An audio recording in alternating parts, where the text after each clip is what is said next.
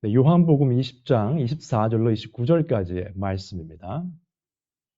도마, 영어로는 타마스라고 하죠. 도마를 생각하시면 보통 의심 많은 도마 이렇게 알려져 있어요.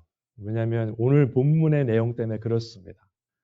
처음 예수님께서 부활하시고 제자들 가운데 나타나셨는데 그때 도마가 없었어요. 그 자리에. 그래서 12제자 중에 하나로서 디두모라 불리는 도마는 예수께서 오셨을 때 함께 있지 아니한지라. 디두모라고 하면 영어 성경에는 트윈이라고 되어 있습니다. 그래서 쌍둥이라는 단어가 되어 있기 때문에 쟤는 쌍둥이다 이렇게 알려져 있었던 도마입니다. 그래서 이제 신학자들 간에는 누구의 쌍둥이냐 또 그거 가지고 뭐 아르규를 하는 경우도 있는데 그러실 필요까지는 없고요. 그래서 그때 함께 없었기 때문에 제자들이 다른 사람들이 우리가 예수님을 만났다 했을 때 믿지 않았습니다.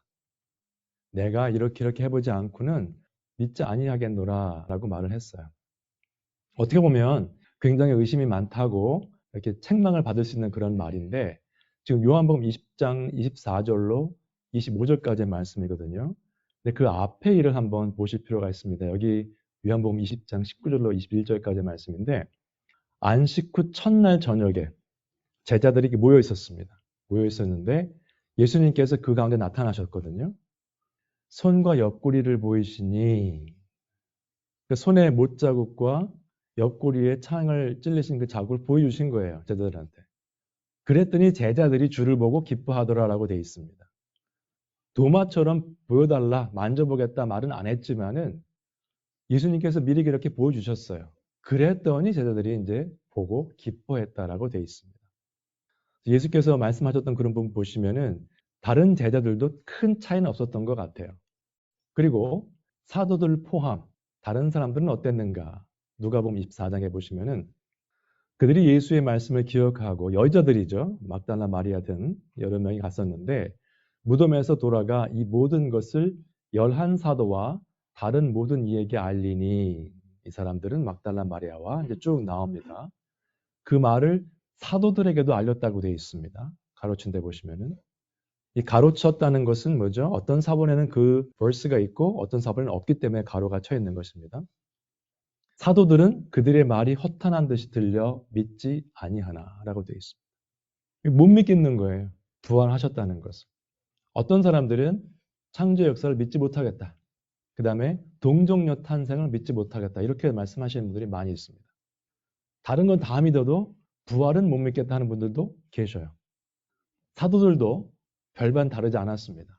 부활에 대한 것을 그렇게 가르침을 듣고 경험을 했어야 되는데도 믿지 못했던 것입니다. 그 예수님께서 다시 나타나셨을 때 여드레를 지나서 제자들이 다시 집안에 있을 때에 그전처럼 모였어요. 모임을 했는데 도마도 함께 있었습니다.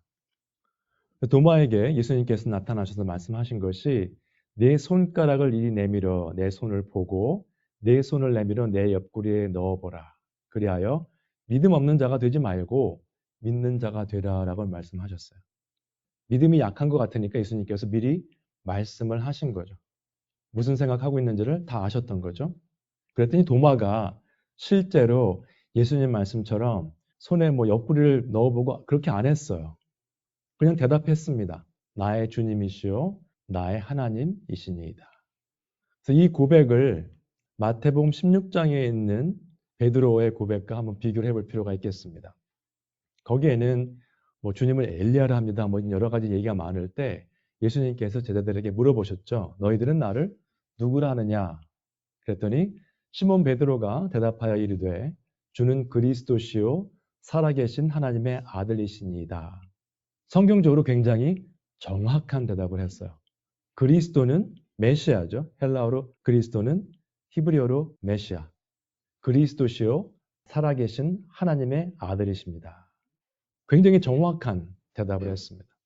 물론 그 상황상 질문과 대답을 했기 때문에 가장 정확한 답으로 볼 수 있겠죠. 이 상황에서는 오늘 본문에서는 도마가 이렇게 말을 했습니다. 나의 주님이시요 나의 하나님이시니이다 라고 했습니다. 개인적인 신앙 고백을 한 거죠. 나의 주님이시고 나의 하나님이십니다. 나의 주님이란 뜻은 나의 주인이란 뜻입니다. 주인. 영어로 master라고 하죠. 그럼 난 주인께 속했으니까 주인이 시키는 대로 다 하는 종의 역할을 하는 거죠. 우리의 삶을 보면 다 드러납니다. 내가 하나님의 뜻 가운데 종처럼 그 하나님의 뜻에 합당하게 살려고 하는가? 아니면 아직도 나의 인간적인 생각과 내 경험과 내 지식을 가지고 세상적으로 인정받는 그러한 삶을 살고 있는가?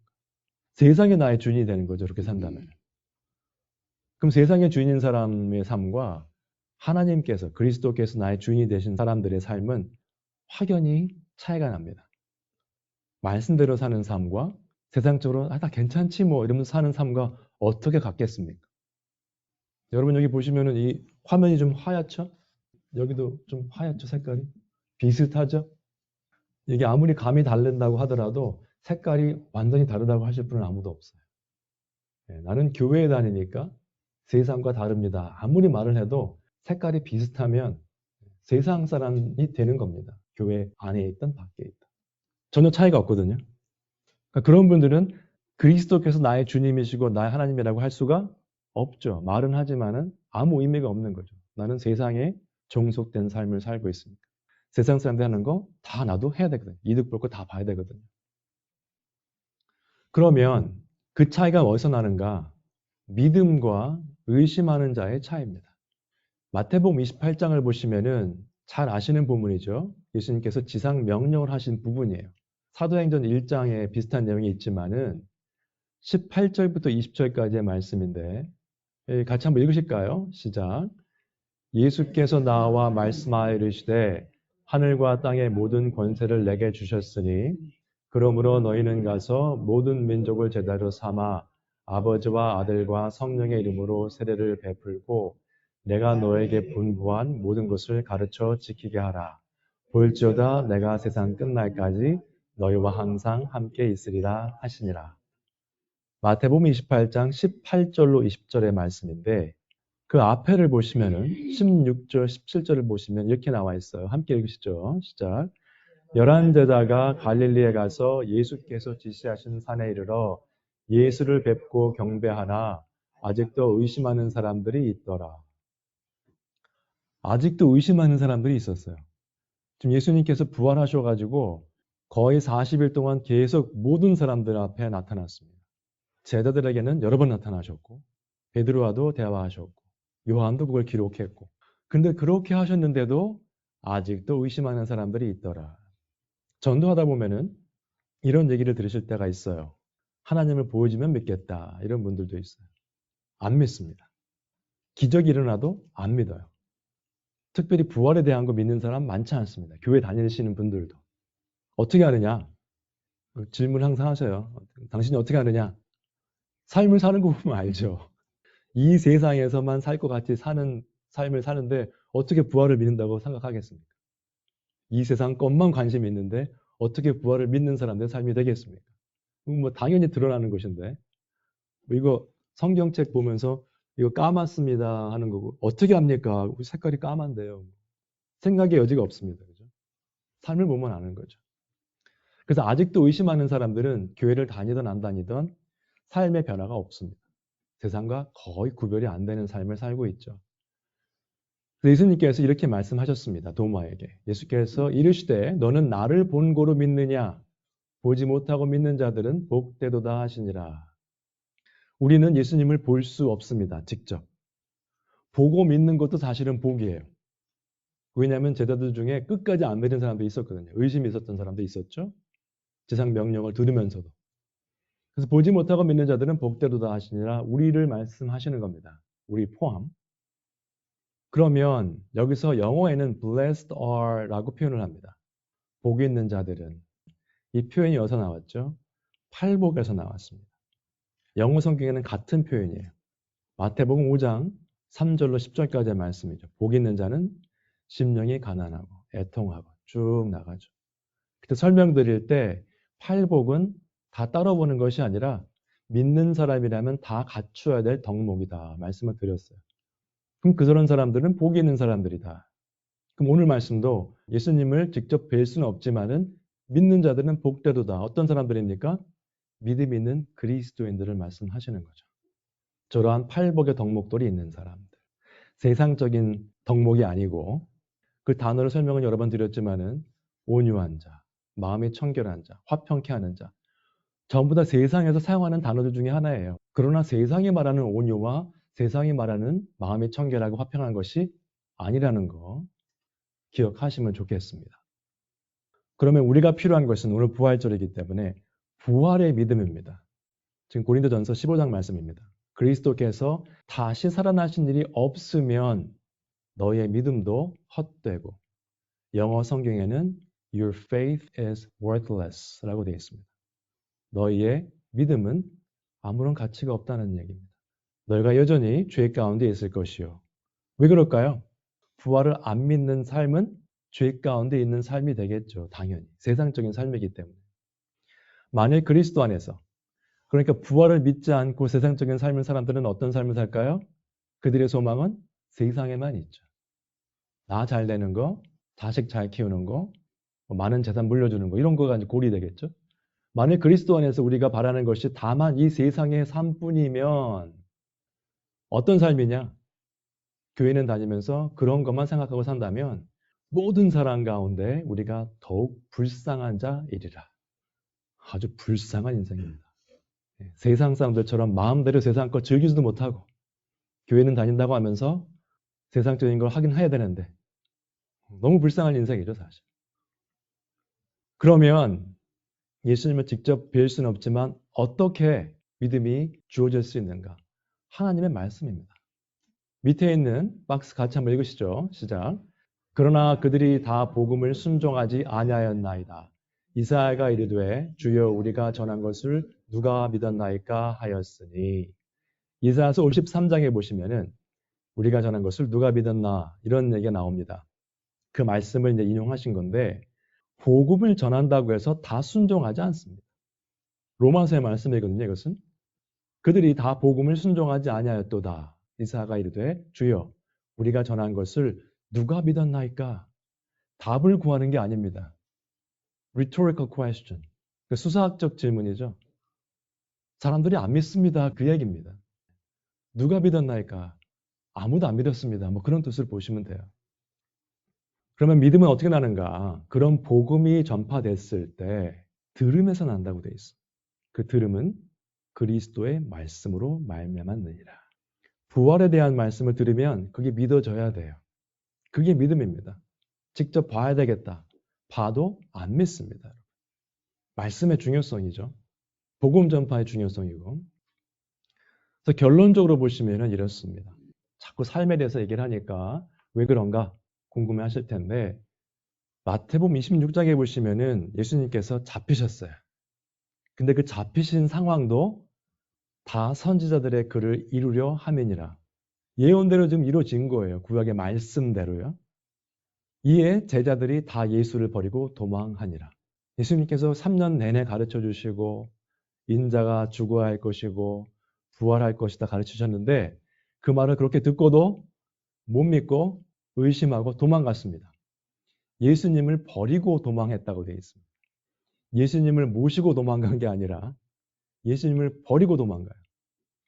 여러분 삶에 급한 일이 있으면 필요 없는 거 다 내던지고 뛰어갑니다. 그죠? 그런 상황이었죠. 그 중에 포함된 게 누가 있었을까요? 베드로죠. 베드로가 저기 도망가고 어떻게 했죠? 3번 예수님을 부인했는데 끝에는 뭐 저주까지 하면서 전혀 모르는 소리다. 무슨 얘기냐? 그 여자아이가 물어보는데 그렇게 겁을 먹고 얘기를 했던 베드로죠. 그런데 사도행전 2장에 보시면 베드로가 등장을 합니다. 베드로가 11사도와 함께 서서 소리 높여 이르되 도망가고 숨던 베드로가 이제 소리를 높여서 여러분 들으십시오. 그러고 이제 얘기를 하는 거예요. 유대인들과 예루살렘에 사는 모든 사람들아 이 일을 너희로 알게 할 것이니 내 말에 귀를 기울이라. 갑자기 어떻게 된 겁니까? 같은 사람인데. 너희가 십자가에 못 박은 이 예수를 하나님이 주와 그리스도가 되게 하셨느니라 하니라. 사도행전 2장 14절부터 36절까지 그 설교입니다. 쭉 설교를 하고 있는데 예수님 아는 사람 아니냐? 너 예수님과 같이 있던 사람 아니냐? 절대 아니다 하던 그 베드로가 예수님에 대해서 설명을 하는 거예요. 너희들이 십자가에 못 박은 예수가 바로 주님이시고 그리스도이시다. 삶의 변화죠. 근데 그냥 조금 변한 게 아니라 삶이 그냥 180도 뒤집어진 거죠. 이것은 이제 뭐 코페르니쿠스적인 변화다 이렇게 표현을 합니다. 천동설, 세상이 돌아간다고 하다가 지구가 해를 돈다는 걸 바뀌는 완전히 반대가 되는 그런 상황이죠. 이 상황을 설명할 수 있는 것은 단 한 가지밖에 없습니다.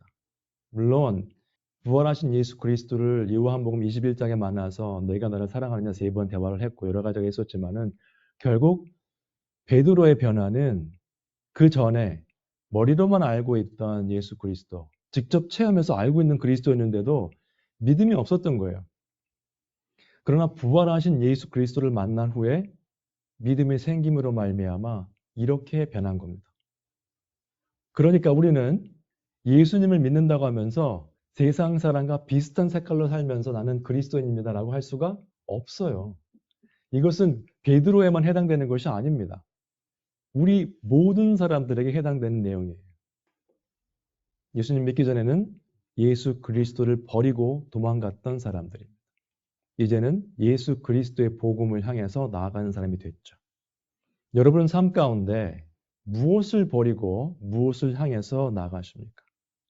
혹시 내가 신앙생활할 때 필요한 거, 말씀 묵상, 교회를 섬기는 거, 예배 잘 참석하는 거 이런 거를 버리십니까? 아니면 신앙생활에 도움이 안 되는 취미생활, 친구, 세상적인 욕심 이런 것들을 버리십니까? 그냥 버리는 것에 만족하시면 안 되고 내가 무엇을 향해 나아가는가를 또 생각해 보셔야 돼요. 버리는 게 1차적이 되겠죠. 그 세상적인 거 다 짊어지고 나는 그리스도를 향해 가겠다. 불가능한 이야기죠. 여러분 오늘 이 시간 부활의 주님 만나셔서 삶 가운데 필요 없는 것들을 다 내려놓으시고 그리스도의 복음으로 변화받으시고 그로 인해서 삶 가운데 하나님께 영광 올려드리시는 우리 모두가 되시기를 주님의 이름으로 축원 드립니다.